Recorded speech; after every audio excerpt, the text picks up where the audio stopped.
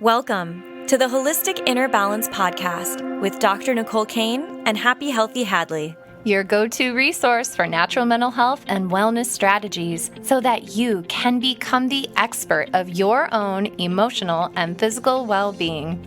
merging modern science with ancient wisdom. Hello, hello. Welcome back to the Holistic Inner Balance Podcast. I am Hadley of Happy Healthy with Hadley, and we've also got Dr. Nicole Cain. Hey. Hello. We're here today to talk to you about the vagus nerve.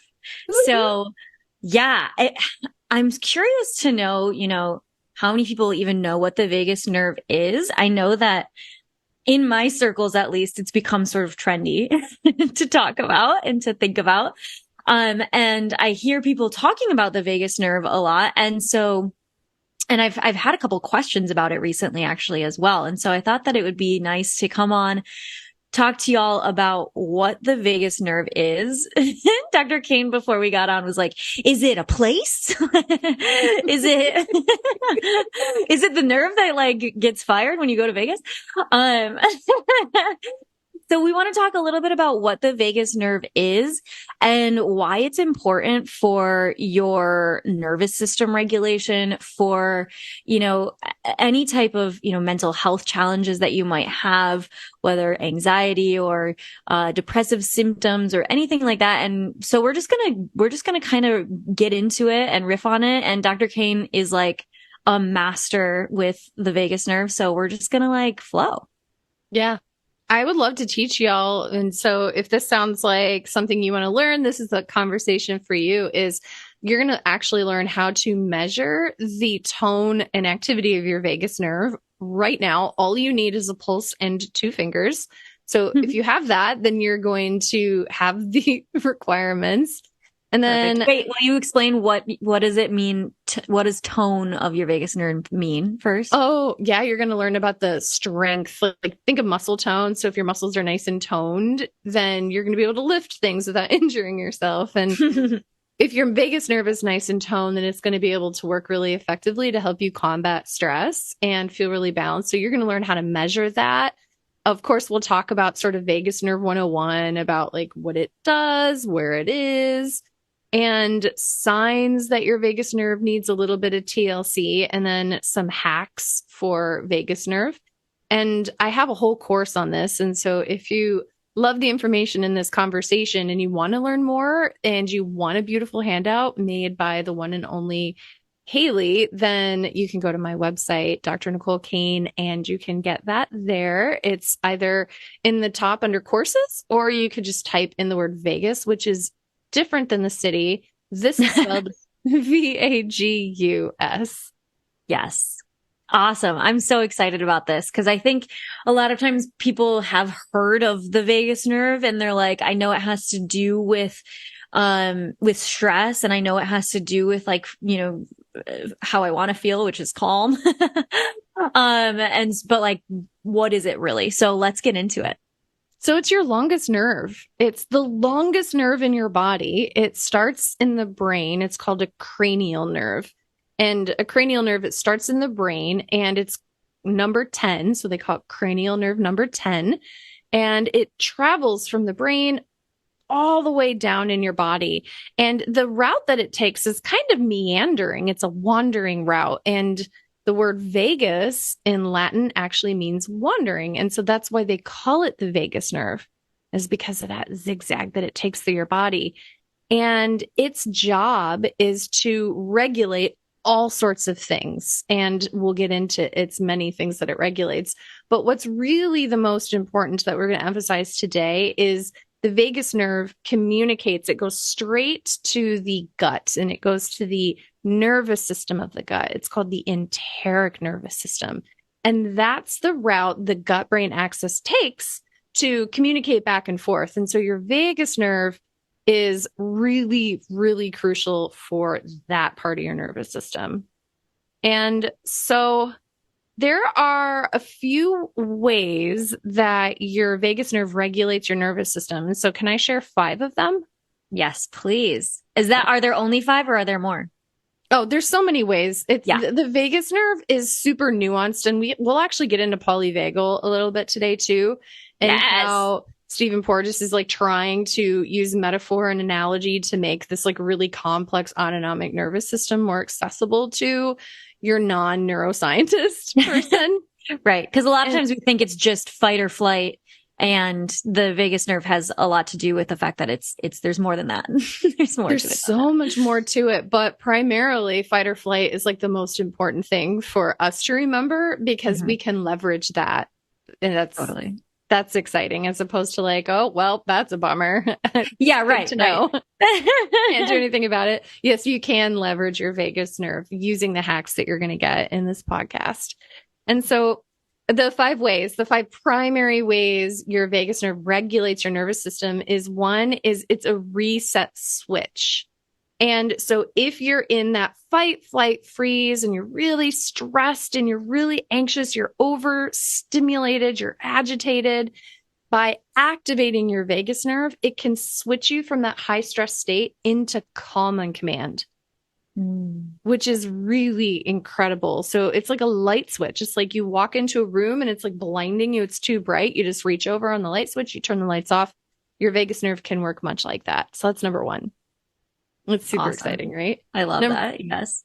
Number two, we talked about like just briefly is that it facilitates communication between the gut and the brain.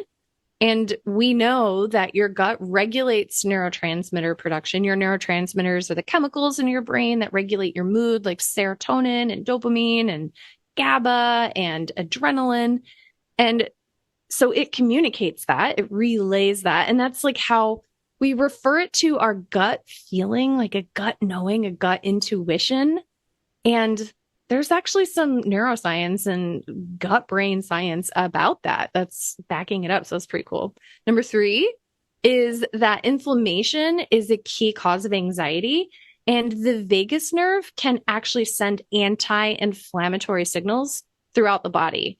So if you have a lot of inflammation and that inflammation is causing fibromyalgia or digestive upset or anxiety or depression or hormone issues, or cramps or whatever it is, vagus nerve activation can actually bring down inflammation and correct that. And an imbalance in vagus nerve or a weak vagus nerve tone can predispose you for a higher risk of inflammation.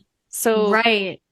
And when we say like vagus nerve activation, it's like basically when we regulate our nervous system, when we talk about regulating our nervous system, that's also helping to activate the vagus nerve, correct? Yes. Thank you for saying that. That's really good. I just want to make sure everyone knows like what that means, right? It's like is doing the practices that we've talked about in the nervous system episode, that can help to, and we'll talk about other practices or more practices as well, but that's going to help to activate the vagus nerve. Yes. And one of the ways that it does this is it regulates your vitals. And so when you go to the doctor, you see your primary care doctor, they'll feel your pulse, they'll take your blood pressure, they'll look at your heart rate. And the vagus nerve, when it's activated it sends your body into a relaxed state, causing your heart rate to slow down, your blood pressure to go back down, your respiratory rate will slow, as opposed to when you're in sympathetic activation or that fight, flight, freeze, your vagus nerve is less activated. And then everything is the opposite, right? Your blood pressure is higher, your pulse is faster, your respiration rate is faster. And so your vagus nerve is an important part in that kind of like, as I'm talking, I'm doing this like left and right kind of gesturing and bouncing because it helps you be able to pivot left and right to have that kind of fluidity. So you're not just flatlined, but you're also not just like through the roof, like cruising and fight flight. Right. Because if our vagus nerve is over functioning, it can also lead to more of that like collapsed nervous system state. And so we want it to be tonified enough, so that we can actually, we can feel calm, but then we talked about in the emotional agility episode, we want to be able to respond to things as they come up as well. We don't want to be, just like so calm all the time, even when like we need to be activated. Right? Yes. Like, have you ever had a vasovagal reaction? Are you Ooh, familiar with that? I don't know. I probably, yes. Do you I want to have explain it? definitely had those. And Oh, so yeah. the vasovagal reaction can happen when you're like giving blood, or if you get really stressed. This is when your blood pressure crashes and you pass out. Yes. I have never actually passed out. That's amazing. I haven't like gone Yeah. unconscious, but I've definitely been like, "Ugh," like Oh, falling over, yeah. gonna throw up, like Oh pulse my crashes, God. body temperature crashes. Yeah. Oh, Straight that's so up. interesting. Yeah. Yeah. I don't think I've ever experienced that, but I will. What happens for me is if I am in too high of a um, like in that fight flight response, my body will just kind of shut down and I will just like stop moving. Like I'll just be like, I'm just still now. And I'm just not going to do anything. I'm just going to sit here and I'm just going to wait. You And go into that's kind of what freeze. happened. Yeah. Yeah. For Yeah. sure. For sure. Instead of collapse, because Yeah. that hmm vasovagal collapse is hmm where it's like we see sheep do this when they get stuck to fences. Yes, totally. Yeah. Can you explain the difference between freeze and collapse? Actually, do you want to do that first, or do you want to explain the rest of the five ways that we can under the Vegas? The last one of the five is like a quick one. It's just just something small called neuroplasticity. Oh, just that. Just neuroplasticity. And so the vagus nerve contributes to growth, change, healing of the brain. It stores, it retrieves, it promotes memory formation and concentration and focus. And Well, and that's huge because yeah. we talk about, I mean, the fact that like our vagus nerve, it starts in the brain, but really it goes throughout the body. And we talk about how like our subconscious mind is stored in the body.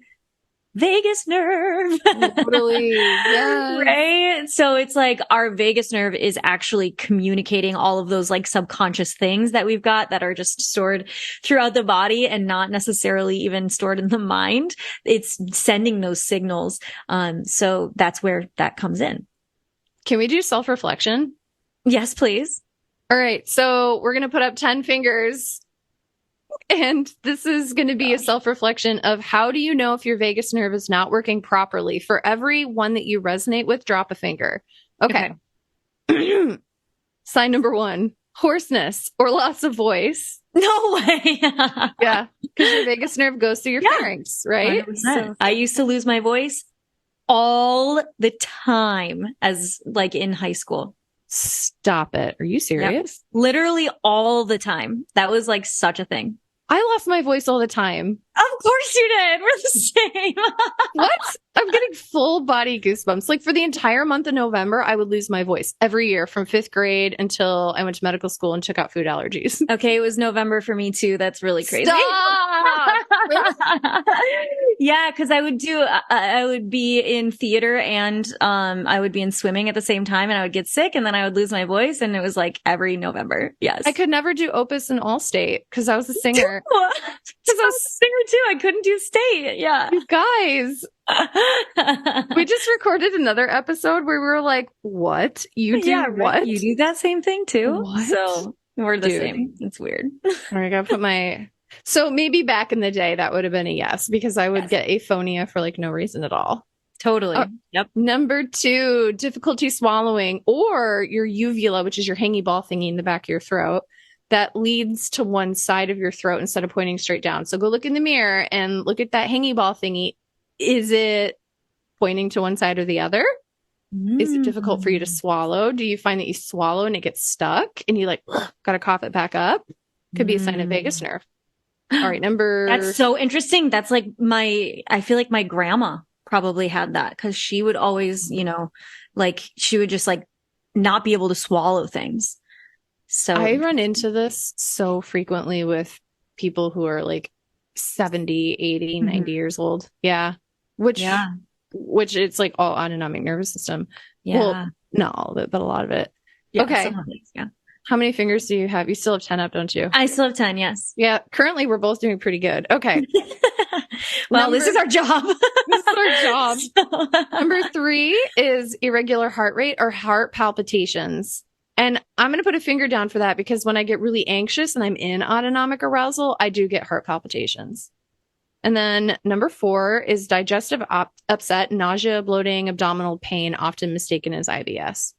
I'm going to put that down too. Mm-hmm. Yeah. Because if I get really stressed, it goes straight to my gut. Yeah. Yeah. So if your vagus nerve was kicking in and taking names like it that you would want it to be, then it's possible that maybe that wouldn't happen. Mm-hmm. And then number 5 is fluctuations in blood sugar. So do you find that your blood sugar spikes or crashes? Do you wake up in the middle of the night and you feel like ravenous or sweaty or shaky? Right. Mm-hmm. Number 6 is an overactive vagal response. We just talked about this, passing out and you get your blood drawn, like a vasovagal response. Do you get really sick or lightheaded or dizzy from standing too long in the heat? Like if you're out in the heat for too long, which like too long is too long for anybody, but you're more sensitive to being in the heat. I would say that's definitely me. That's my pitta. That's your pitta. So pitta, Vegas, yes. Also trying to have a bowel movement. That's called valsalva, is when you bear down to evacuate your bowels, and that activates vagus nerve, which is really interesting. Like, have you ever seen a kid get really angry? Like maybe something is taken away from them, and then you hear like the silence before the scream, and they're like, and their face is getting really red, and then like the same exact thing as pooping. It's like the same thing as pooping. So they're actually trying to regulate their nervous system. Maybe they don't know it, but that bearing down. So if you're feeling really anxious or stressed, like you might actually try that, like hold your breath and kind of push and bear down like you're trying to poop. And that can actually activate your vagus nerve. But if you have an overactive vagus nerve, if it's not working properly, that can cause it to spike too much, and then you can crash. You could feel dizzy. Oh, interesting. Yeah. So number 7 is if you deal with headaches, especially cluster headaches or migraines. Thankfully, I don't have that. Number 8 is emotional distress, like anxiety, depression, stress, but it's been ruled out that there aren't other main things that are causing it. Like if you're in the midst of a pandemic or a crisis or a trauma or a really high stress job, or you're in a relationship that may be better if you had a relationshipectomy kind of a thing. Of course, we can't blame the vagus nerve for that. It may be environmental, but could be that. Well, and I want to also make clear that the things that you're saying are not just, if you don't have enough tone in your vagus nerve, right? Like sometimes it's if your vagus nerve is being overactive. Yes. It's not working properly, which could go in either direction. Yeah. Yes. Thank you for clarifying that. So if your vagus nerve is strong, is activated, that means that it can put you into the like parasympathetic nervous system state, which is that rest and digest, which most of you have probably heard about at this point, instead of the fight or flight. But when it is overactive, so still it's not working properly because it's overactivated, that's when the collapse can come in, where it's like, it's like, I'm so calm that I'm like collapsing and I'm not functioning. My body isn't functioning anymore. Is that a good way to explain it? Okay, cool. That's a really good, sure everyone's clear. I love your zoom outs because I'm like so zoomed in, and then we got it's like that ebb and flow, that sine wave that you and I talk about. So it's like zoom in, zoom out, zoom in, zoom out. Totally. The last 2 are sleeping changes, which is, we can kind of categorize that, like you said, like too much and I'm exhausted and I'm over parasympathetic, or the opposite. I can't sleep or I wake up because I'm in fight flight. And then the last one, which comes from Dr. Porges, and this is feeling disconnected from others, like a lack of intimacy or feeling like a lack of connection. He calls that the social engagement system being shut off with vagus nerve suppression. Interesting. Okay. How many do you I'm going to have? say the sleep one. I'm going to say I put the sleep one down too. Oh, I should because I mean, I haven't experienced this in a long time, but I used to like oversleep if I was stressed. So there you go. My nervous system was like, bye, shut down. Yeah. So And all of that has to do with like, that's like kapha coming in and protecting us, right? So we've talked about that in the past with some of the like types of anxiety episodes. It's like our nervous system is like overactivated because we've got either too much pitta or vata going on. And then kapha comes in with that nervous system like collapse state and is like, no, you can't do anything right now. Like here, let's just like put it all down. So it's very much aligned with the doshas.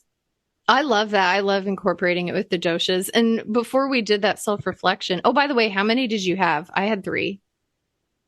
Oh, I had 4, I think. You have Yeah, 4.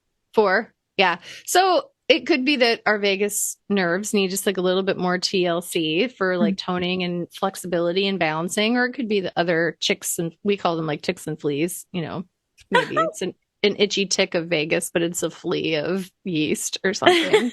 Right. Yeah. Yes, yes. Mold exposure can do it for sure too, which I've Yeah. had. So, And that's actually a good point is let's say that you do resonate with that. The question that always comes is, well, what next? And the question of what next is, well, you have to figure out why. Yeah. What could be interfering with autonomic nervous system? So it could be anything that your vagus nerve is communicating with is providing a feedback loop that's affecting its behavior. So your nerve goes to your gut, and then your gut is sending a signal back up the nerve that's going to change how the nerve behaves, and then it's going to change how the brain behaves. Totally. Yeah. So there's a lot of deeper digging, which this whole podcast is all about that. So listen to every episode, please. Right. Yeah, totally. And take the vagus nerve class too. Oh, yeah. Take that class too. Yeah. Also that. So do you want to learn to measure vagal tone? Let's do it.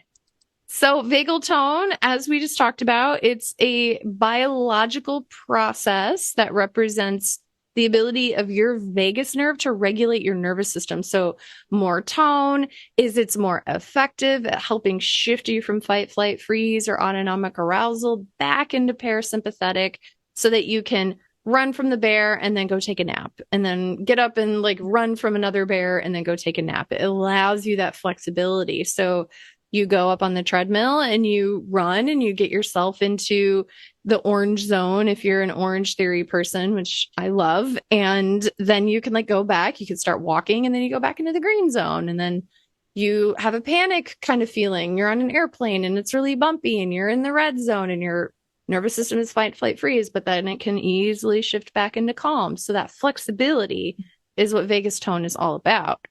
So let's talk about how to measure vagus nerve tone. So this requires that you find your pulse. And so I'm holding my hand up. I wish you could see this, but imagine that you are looking at the palm of your hand, and then I'm looking at my left hand. And so my thumb is on the left, and we want to find the place in your wrist where your doctor feels your pulse. And so what that's going to look like is if you follow the thumb down, there's going to be a bump in your wrist. And so then you find that bump in your wrist, that's your radius. So it's where the base of your thumb kind of connects with your forearm bone there. And then you're going to slide into the cracks where there's like little tendons on the palmar side of this is so hard to describe. Yeah, it is really hard to describe. But you could Google how to find your pulse. And ideally, you'll find your pulse here, but if you're like really struggling to find it, then just put your finger on your neck and you could find your pulse in your neck. Or you can put your hand on your chest. So those are easier places, but there's so much more we could do with like Ayurveda pulse diagnosis. And that could be really fun. And we can like teach you some of that here, because I know that's like Hadley's zone of genius is like all that is Ayurveda. And so if you can find your pulse in your wrist, and you want to just start noticing the speed of the beat. And then this is bonus, but try to figure out, like, if you were to close your eyes and imagine what the pulse would look like, what would you see? So like mine feels kind of like a guitar string being plucked. So it's like thick and kind of wiry. And if you kind of allow 3 fingers so that you have more space that you're feeling, so up close against your wrist with maybe 1 finger, then the finger next to it, and then the 3rd finger, and you might find that your pulse feels different. If you're struggling to find it in your wrist, don't worry. Just notice the pulse in your neck. And so then what you're going to do is you're going to take a breath in, and we're going to breathe in together for 4. We're going to hold at the top, and then we're going to exhale for 6. And through these 3 steps, I want you to notice the speed of the pulse. You ready? Okay, so take a breath. 4, 3, 2, 1. Hold. 2, 3, 4. And then exhale. 5, 4, 3, 2, 1.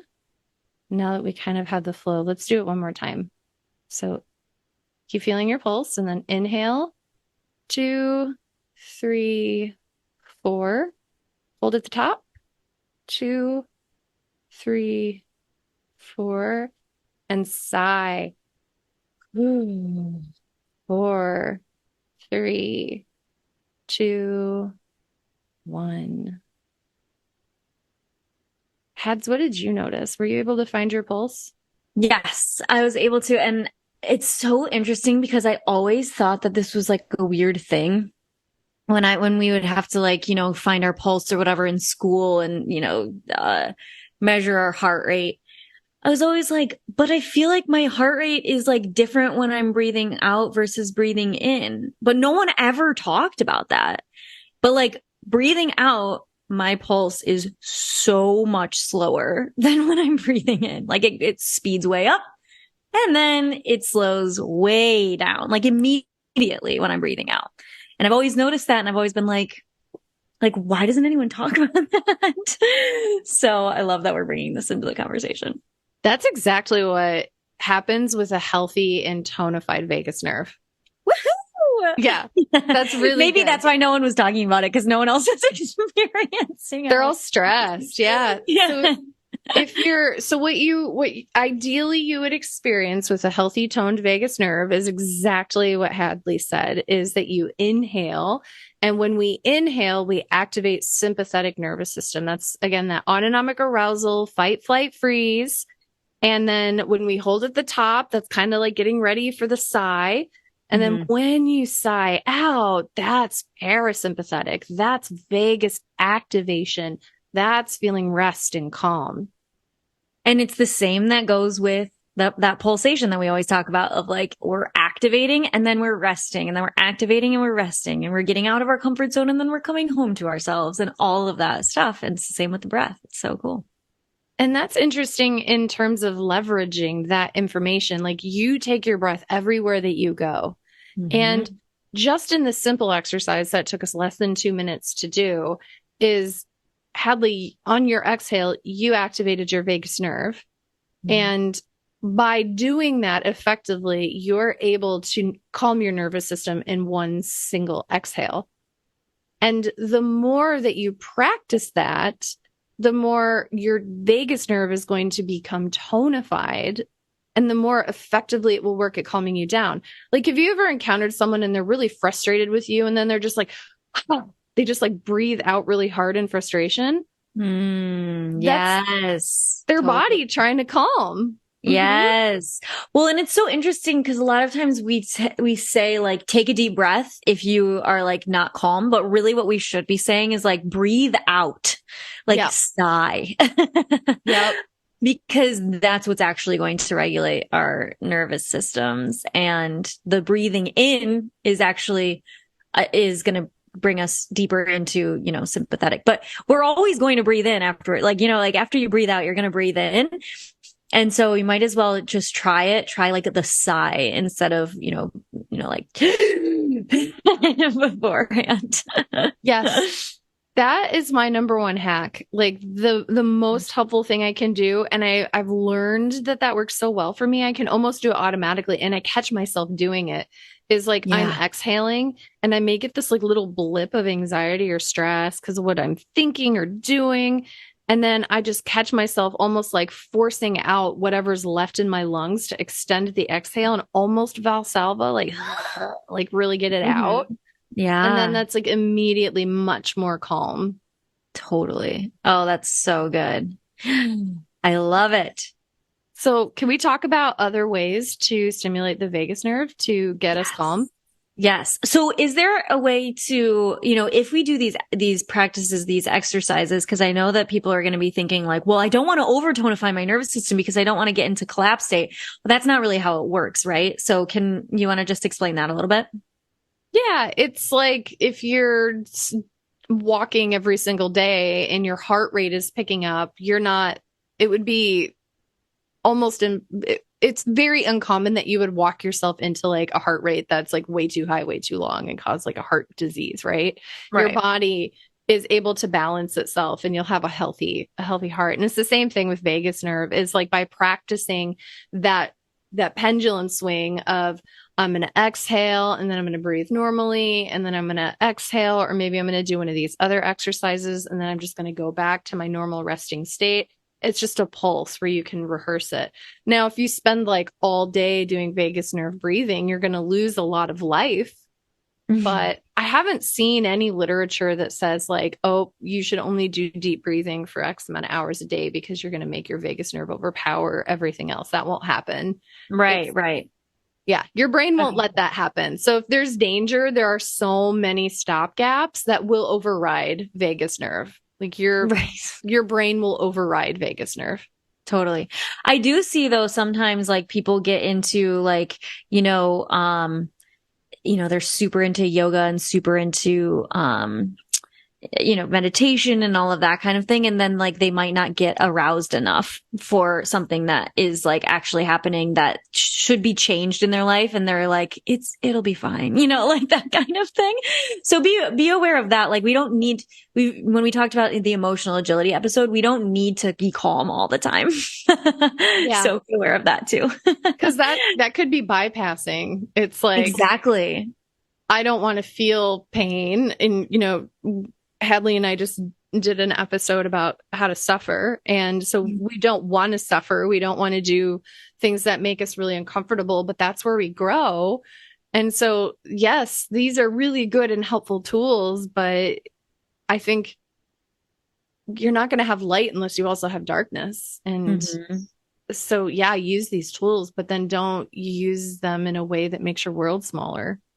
Yes. Ooh, I love that. Yeah. So it doesn't need to be something that you're like, oh no, I'm feeling this emotion. I better go do a nervous system like practice that like gets me out of the emotion. Right. It's like, okay, can we actually like feel the wave of the emotion? And then once the emotion has like come through us, then it's like great to do a practice like this. But okay. I just wanted to bring that in. Oh, and then before we move on to, will you explain the difference between freeze and collapse? Because yeah. I mentioned that before, and I want to make sure that we don't forget to say that. I was actually studying this because I wrote about it in my book, and the body is what really differentiates it because on the outside it can look really similar. And so freeze is you come upon a deer and that deer is like standing in the clearing and the deer observes that you're there and the deer will freeze. Yeah. Like their eyes are really big. Maybe I don't know deer physiology. Hadley's she's like doing all the deer gestures right now and I love it. I wish you could see it. Maybe their pupils dilate and they're like bringing everything in, but they're frozen. And so then humans will do that same thing too, is we freeze and our nervous system is really attuned to, okay, what's my next step of action? So you'll see autonomic arousal. You'll see the heart rate speeds up, the body temperature increases, you may sweat, you may find that your breathing increases, and all sorts of symptoms that are unique to you that come with fight, flight, freeze. And so then collapse, which they call it flop, which I don't love that word, but they wanted an F. I think a better word maybe fold. Like, you just like give up, you just fold your hand, you just fold over and fall. And when we see someone go into flop, that's when the nervous system has discerned that there's no getting out. We are going to die. And it just starts to reduce your blood pressure. It reduces your heart rate. It reduces your pulse. And the body starts going into an actual state of physiological collapse. And because essentially you wouldn't be in as much pain if you're like getting eaten by a lion, right? Like it's like our body's just going to go into that state so that we don't have as much pain when we die. Yeah.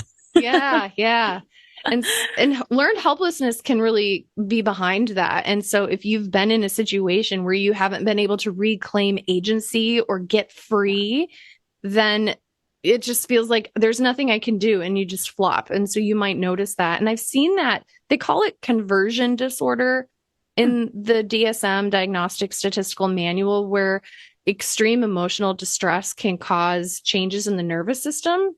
And so people may go temporarily blind from acute stress, or they may pass out when they get really anxious or stressed, or, all of these like unexplained nervous system symptoms that haven't been better diagnosed as something else. And so the nervous system can do funny things when it feels like it's in danger. So the difference is it can look similar in a person, but what's going on the inside is like with the freeze is that you're just super aroused internally. Like you can feel the difference, because it's like, I feel so activated. I feel like everything is buzzing, versus the collapsed nervous system state is like everything feels dull. And I've definitely been there. So yeah, it's like vasovagal. It's like it's just collapsed.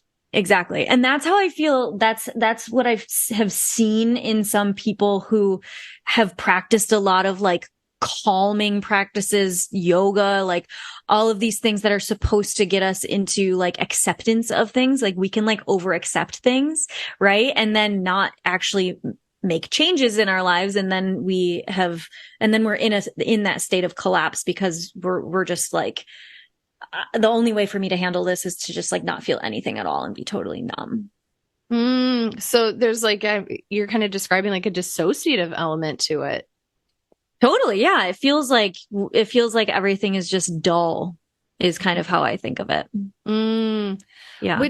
So there's another F that I haven't like put out into the real world yet, but it might be interesting at one point to kind of distill the nuance, which is really actual dissociation, where sometimes we get hijacked by different parts of ourselves. Like somebody says something and it reminds me of an injustice when I was 14 years old. And then suddenly my 14-year-old self is like, and like, I'm like having a tantrum and I'm like angry or whatever, or having all these thoughts. That's like my adult doctor self is like, what the heck was that? Right. Yeah. The hijack. And I call that fracture. And so when we go into fight, flight, freeze, we could also fracture, where part of ourself may take over and run the show. And then the other parts of ourselves, we don't have access to those resources, which is substantiated by neuroscience, because we do see that parts work, especially in internal family systems. It's the group of parts work researchers that are doing the most in terms of neuroscience. But the fracture response would be interesting to see the different ways that could show up in your neuroscience. Like, is that parasympathetic or is it sympathetic? Or does it depend on the ego state? And so like, how can we objectively measure, someone's going into a fracture? So if you guys are listening and you're sciencey, this would be a fun study. Let's do it. Yeah, for sure. And so another distinction that I want to make is that fight, flight, and freeze are all in the sympathetic nervous system state, whereas the collapse or the flop is in the parasympathetic nervous system state. Yes? It's a result of sympathetic overload. And then we do see that the nervous system in the flop or fold or collapse, the same things, that we do see sympathetic collapse. So we see that parasympathetic taking over. So it's a really good distinction. It's rooted in extreme fear and terror and danger. And then the nervous system just like, well, we're going to die. Like the sheep on the fence. Yeah. So it goes through, it's basically like it goes. So I've seen a graph before where it's like, there's parasympathetic nervous system state, and then there's sympathetic nervous system state on top of it. And you have fight, flight up at like on top. And then once you get to a place where you are in that like collapsed nervous system state, it's almost like there's a whole nother one above the, like, it's like a parasympathetic state sandwich. So you're like, there's like another state that's still, it's parasympathetic, but it's like not like the like feel good parasympathetic state. It's like I've bypassed that sympathetic like activation feeling, and now I'm in another level of parasympathetic state. You're actually getting into polyvagal in a little Right. bit Yeah. because Stephen Porges talked about this because there's so much nuance and complexity to it. It's not just like autonomic arousal and then like parasympathetic. Right. Because I think that's what people think is that it's either you're either stressed and like have this like buzzy, like really stressful feeling thing, or you're just like calm and good and everything's fine. But there's that other level. Mm-hmm. So you just read about polyvagal theory, right? Yeah, it was like a year and a half or 2 years ago, but yeah, I've read about it sort of recently. And so I'll introduce it just like briefly, because I was looking at it before this conversation, because I actually prepared for this conversation. Yay. Yes. Love that. Hadley and I were joking about sometimes we just like riff and record our conversations, and other times we like really prep for it and like look up research and stuff. Totally. And so I did look up some stuff about this and kind of like add what you know, because I know you studied it quite a lot too, is that so polyvagal theory is a theory in the field of psychology and neuroscience. It's developed by Stephen Porges, and he's trying to explain the relationship between the autonomic nervous system, the stress responses, and because there is so much nuance, he's trying to make it a little bit more clear, and he uses a lot of metaphor. And so it can be kind of confusing because he talks about there's the ventral vagus complex and then the dorsal vagal complex. But anatomically, there isn't a ventral vagus. Ventral usually, right. Anatomically, it means the front. Like ventral is like your chest, the front of your body, and dorsal is like the back. You can think of like a dorsal fin on like a fish or something. It's on their back, right? Yes. Yeah. Or like a dolphin. Yeah. That's good. Yeah. That's what I've always thought of. Like in high school biology, I was like, dorsal fin, got it, dorsal. That's why they call it that. Yeah, that's brilliant. And that it's really a confusing theory because if the vagus nerve doesn't branch off like that. Like there are tons of branches on the vagus nerve. There are like more than 10 branches off of the vagus nerve, but they don't get categorized into dorsal and ventral. They just have lots of different activities. But he's trying to describe more how the vagus nerve can create nuance in our responses to stress. And so he talks about 3 of them. And so do you mind if I kind of go over the 3? Yes, please do. That's so he describes the ventral vagal complex as the social engagement system. And so one of the signs that we talked about when we had our hands up and we had the 10 fingers up was that feeling of being disconnected from people. And so this complex is all about how we recognize facial expressions, cues, connections, social interactions. It allows us to interact with each other or engage with each other kind of in a calm, emotionally regulated manner. And it is associated with more parasympathetic because if we're in fight, flight, freeze, we're not in our thoughtful, higher level thinking brain state. We're more in that like reptilian brain state. So that helps us remember like that social engagement system when we're able to interact and be empathetic. That's more from our parasympathetic. And he calls that the ventral vagal complex. And so his theory is that when the environment is perceived as safe, we can go into vagus dominant states, relaxed states, that system, that social engagement system is activated. So that's the first one. And then the second one is he calls it that sympathetic fight or flight response. And that gets activated when our environment is perceived as challenging or threatening, and our body is preparing to deal with that stress. And so those are all of the sympathetic autonomic arousal things like your heart rate increasing and all of that. Your brain is thinking more quickly and rapidly, and all of the blood flow is being redirected to your muscles. And so he talks about how the vagus nerve is all about that dance back and forth between autonomic arousal and that relaxed state. And then the third one is he calls that the dorsal vagal complex, which is essentially the freeze response, which we were just talking about. The collapse. About. Yeah. I think it's more collapse. He says it's freeze. I think, at least in the literature I was looking at. Yeah, I think it is more collapse because freeze, you still feel aroused. You still feel aroused. Yeah. Yeah. Yes. Yeah. And so what he's describing is that this complex shows up when the environment is feeling really dangerous or inescapable, that dorsal vagal complex can be dominant. And that's associated with parasympathetic nervous system shutdown and immobilization, which again, that's more flop, collapse, fold, kind of defeated state. And we see this more in extreme trauma or fear or helplessness, like learned helplessness. And so it's kind of like you were saying, though, Hadley, is that there's so much complexity and nuance to it. And so then we have these different great thinkers that are trying to like wrap our brains around it. And Right. And, you know, I think his theory is really good. There's a ton of research, you know, he's brilliant. And I just think that the language is a little bit confusing. And I imagine it's going to continue to evolve as we learn more about this It's nerve. fairly new. Yeah, it's a fairly new theory. So, yeah. I think also just being aware that, so, you know, like I said, it's like, there's like these three different stages, and I'm showing it with my hands, but I hope you can all understand what I'm saying, where like on the bottom rung is parasympathetic state, where everything is like hunky dory. Yes. Great. Awesome. And then the sympathetic nervous system state is on top of that, where we feel really activated, like, you know, fight, flight, freeze, but feeling that activation.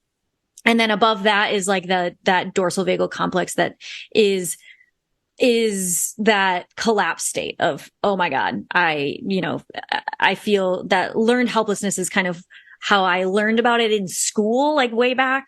Not way back, but you know. How old are you? It wasn't that long ago. I'm not that old. But that was it was called learned helplessness when I was learning about it then, which it sounds like is like basically the same thing. Yeah. And so what we need to do to get back to like the hunky dory parasympathetic state is we actually need to pass back through the sympathetic state. So that's the really interesting part, is like we actually have to allow ourselves to like get angry or like feel really intense emotions in order for us to get back to the calm state. Because otherwise we're going to just be stuck in that collapse state. We need to reactivate, especially when it comes to trauma, and allowing ourselves to like activate some of the emotions that we didn't allow ourselves to feel when we were in that trauma state. So it's just so fascinating. What? Yeah. So it makes sense with what we always talk about, which is that we do need to feel our emotions in order to move through them, right? Otherwise we get into the shutdown collapse state that we were just talking about. And, that learned helplessness that we were just talking about. And so we have to move back into those states that we didn't allow ourselves to feel with trauma. Yeah, obviously we have talked about how you need to allow yourself to, you know, go in and out of the feeling state in order to actually heal the trauma, which is why, you know, EMDR works so well, is like we're moving things, right? We're moving things around rather than being in that collapsed state. I'm having a few reactions. One is that I don't like it because I don't want to feel the things. And so if I had an incredible stressor and then went into sympathetic arousal and then went above that into parasympathetic, I feel like parasympathetic is preferable. And I don't want to have to backslide through all of the yucky sympathetic fear in order to get better. So that's my first reaction. Number two. But it's not backsliding also. I want to like make that clear too, because it's not actually backsliding back into it. You're moving forward through it. Yeah. Does that make sense? You're unwinding it. Yeah. Yeah. Yeah. Okay. I still don't like it, but my second thought is it feels like very right. It feels very trauma informed. It feels like pretty accurate, and I don't have to like it. And so then number three is that's the other thing for me that's coming up is like excitement, because I think that we can speed up that transition process and relieve some of the suffering of that transition process back through that sympathetic state. And in EMDR, oftentimes when we're processing things, isn't as difficult as it was when you were back in, sometimes for people it can be, but there's quite a lot of relief that can come even through the process, like when you're in it.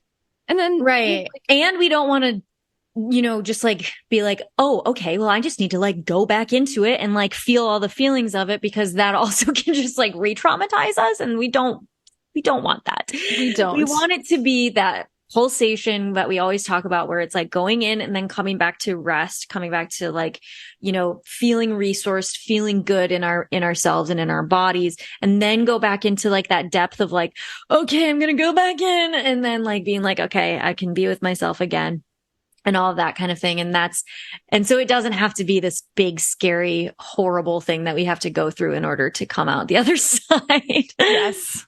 That's relieving. Thank you.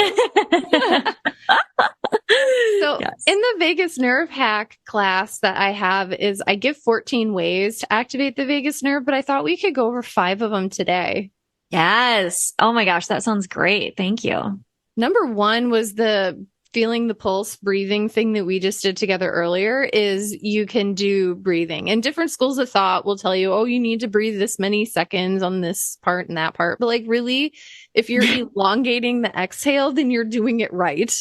I sometimes find that actually puts me into a fight flight, like a sympathetic nervous system state when I'm trying to like control it too much. So trying to quote, do it right. Yeah. Right. Exactly. Yeah. And so if you could just like simply extend your exhale and just make that a little bit harder and longer, that can be money. That's good. And then the other thing that can work really well for people, and I'm mentioning this one in particular because Had's your musician, and we know that the vagus nerve goes through the voice box, and we know that when there's a problem with the vagus nerve, there's often vocal hoarseness, or you lose your voice, or it like trips or something. And so humming or just like singing a song activates the vagus nerve and tonifies the vagus nerve and can make you feel more calm. That's actually what I did on that plane flight. Hadley and I were talking about in a different episode about a really bumpy flight that I was on from New York. And I just like hummed under my, hopefully nobody heard me, but I was just like, just like accent. That's awesome. Yes. It works. And that might be the thing that helps me the most. Well, touching my body and then humming is like, humming or singing or, whatever, like, moving my vocal cords. That's awesome. It works really well. And you have your voice box with you wherever you go. You don't have to be a singer. You don't have to. Yeah. You just make a sound, vibrate it. And so then that's number 2. Another one that you may have heard before is the cold water on the face. Yes. And so that's like a super trendy TikTok, like thing that people are hearing about the vagus nerve because of that freezing water on the face. Are people sticking their faces in buckets of ice water? Yes, they are. Oh, that's fun. So you don't have to have a bucket of ice water. Go on Amazon or wherever you shop and get those chemical freezer things that when you shake them up, they get really cold. And then just put that on your face. And so then you don't have to like ruin your makeup or like run around with a bucket of ice water just in case you get stressed. How do you feel about like the like freezing like a jade roller or like one of those face roller things? Would that help too? Whatever floats your boat, man. I love it. The place that's going to get you the best results is around the orbit of the eye. And so as long as you don't like injure your eyeball by smashing it, but like kind of going around the eye. And if it's like cold enough, that could be, sure. I love that. Awesome. And it's massage. Like, who doesn't want that? Is this why we do cucumbers on the eyes when we're at a spa? That's why I need cucumbers on my eyes. It makes me calm. I think they do it for aesthetic reasons because they're like, oh, it reduces puffiness and inflammation, but I need it to feel calm. Yeah. I mean, it probably does both, right? Because it's like, it's always chilled. So, oh, yeah. I don't know if I want actually something. I'm so Vata. I don't know if I'd actually want something cold there. I feel like I'd want a roasted cucumber on my eye. I love you. And then I would eat it. Oh my gosh. If y'all are like, I don't know what we've been like just kind of like dropping little pieces of Ayurveda in here. If you don't know what we're talking about, go back to the types of anxiety episodes and we talk a ton about each type of anxiety based on the doshas. But yeah, I think that makes a lot of sense. So you could even just take a bag of frozen peas. Totally. I just read a book, like it was this like lovely romance novel where the one character is having panic attacks and she's like, I got a bag of frozen broccoli. And I was like, good for you, author, knowing about that. Yeah, wow, that's awesome. That's impressive. I liked it. And then we've been practicing a vagus tonifying activity today together. We've been laughing. And there you go. And some people, really interesting, some people who have an overactive vagus nerve response or vasovagal reactions, laughing can make them pass out. Oh, so interesting. Yeah. Laughing stimulates your vagus nerve. That's so cool. Yeah. So, and of course, laughing does all sorts of other wonderful things with like happy chemicals, and it's just great to laugh. So laugh with me and Hads. There's this really fun video that Paul was watching where the practitioner was like, repeat after me. And she was like, ha. And then they said, do it, Hadley. Ha. Ha. Ha ha. Ha ha. Ha ha ha. Ha ha ha. Ha ha ha ha. Ha ha ha ha. Ha ha ha ha ha. You can't not laugh. We could have gone back and forth like 86 times. Laughter yoga is like a thing. Yeah. And it always seems like, well, how are you going to like make yourself laugh? You can't really like just like force yourself to laugh. But like, honestly, we just did. Lie down on your back and try and like do the ha-has and you tell me that you can't laugh, because that's just like it's like you immediately laugh. It's so funny. I feel like that would be a good TikTok trend. It's just like walk up to people and say, repeat after me, and then just see how long it takes for them to laugh. I love that. Yeah. Make them lie down on the ground though. Then they'll really. Well, do you know why that's a thing? Cause like whenever I'm like lying in bed, like at night before I like fall asleep and I'm talking to my husband, or like when I was, I shared a room with my sister until I was a junior in high school, and we would just laugh and laugh, and like everything's more funny when you're lying on your back for some reason. Why is that? I have ideas, but it would just be theorizing. But it's true. I always notice that when I lay on my back, I tend to giggle more. I'm like, 100%. Yeah, it's so funny. Yeah. I'm like in Shavasana, and I'm like, yes. And you're like not supposed to laugh, but you're like, this is serious. Yeah. So the last one is gargling. And so that's just great. Your vagus nerve goes through your pharynx. You can hum. If you feel nervous about humming, then you could gargle.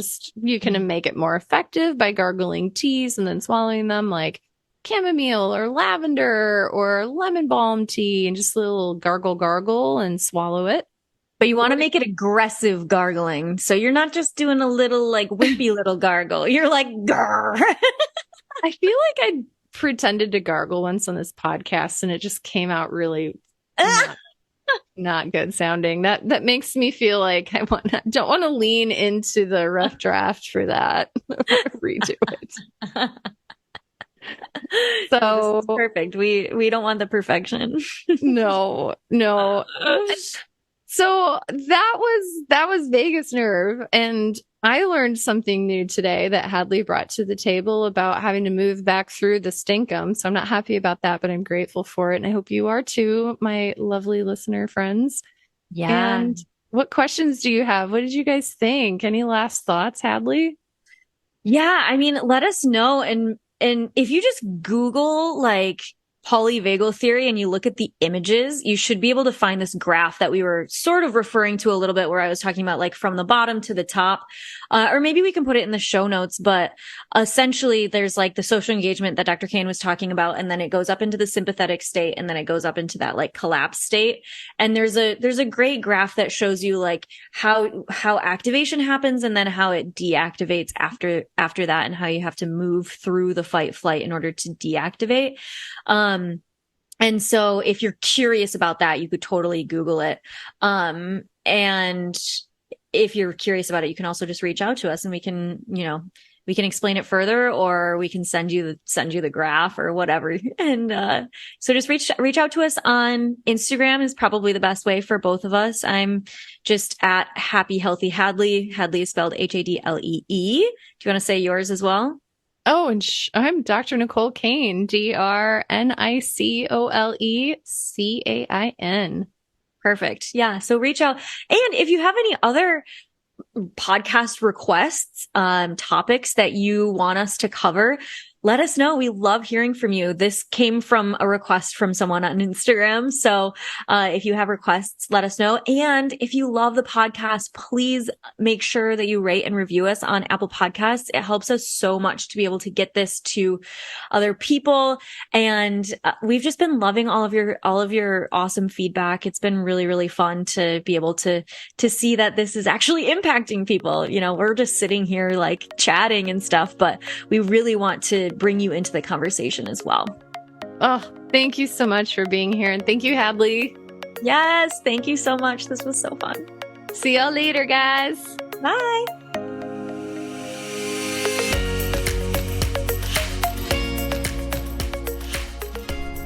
The recording you just listened to consists of the personal opinions of Dr. Nicole Cain, a naturopathic doctor with a master's in clinical psychology, and Happy Healthy Hadley, an Ayurveda expert with a master's in health behavior and health education.